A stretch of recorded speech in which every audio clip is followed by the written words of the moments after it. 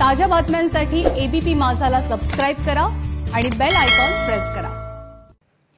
दिवाळी म्हटलं की फटाक्यांची आतषबाजी आलीच आणि त्यातून होणारा वायू प्रदूषण सुद्धा। त्यामुळे फटाके न फोडण्याचं आवाहन सरकार करतंय। आज आम्ही तुम्हाला असे फटाके दाखवतोय जे फटाके तुम्ही फोडू शकणार नाहीत, तर त्यातून झाडांची लागवड करू शकाल। ग्रामा आर्टनं ही अभिनव कल्पना समोर आणली आहे। एकूण 7 प्रकारचे फटाके असून या फटाक्यांमध्ये बिया आहेत, ज्यातून या दिवाळीला झाडांची लागवड करता येणार आहे। दिवाळीला प्रदूषण कशा प्रकारे कमीत कमी होईल यासाठी आपल्या सगळ्यांना प्रयत्न करायचे आहेत आणि यासाठी सार्वजनिक ठिकाणी फटाक्यांवर बंदी आहे। मग फटाके कसे उडवायचे असा प्रश्न अनेकांना पडला असेल आणि त्यातच एक संकल्पना समोर आली आहे। ग्रामा आर्ट यांनी ही संकल्पना समोर काढली आणि या संकल्पनेमध्ये आपण या ठिकाणी पाहतोय हे जे फटाके आहेत याला सीड क्रॅकर्स असं म्हटलं जातं, कारण हे फटाके वाजवण्यासाठी नाही तर यामध्ये ज्या बिया आहेत त्यातनं आपण झाडांची लागवड करणार आहेत। नेमकं हे सीड क्रॅकर्स आहेत काय? आपल्यासोबत ग्रामा आर्टच्या सदस्य व्हॉलंटियर्स आहेत।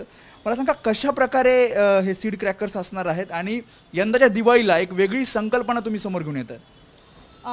तर हा आपला पाऊस आहे, शॉवर म्हणतो ह्याला। तर ह्याच्यामध्ये आपण गोल्डन शॉवरच्या बिया टाकल्या आहेत, बहाव्याच्या बिया टाकल्या आहेत, म्हणजे जे झाड ते आपल्याला खरंच एक पिवळं शॉवरफुल झाड देईल अशा बिया आपण याच्यात टाकल्या आहेत। हे शॉवर म्हणजे न लावता उलटच असं पॉटमध्ये टाकायचं आहे आणि ह्याच्यावर पाणी टाकत राहायचं आहे। जर आपण उलगडलेलं आपण जर पाहिलं उकळलेलं पाहिलं हे तर ह्याच्या आतमध्ये एक सीड बॉल आहे आणि ह्या बॉलच्या आतमध्ये बिया आहेत बहाव्याच्या।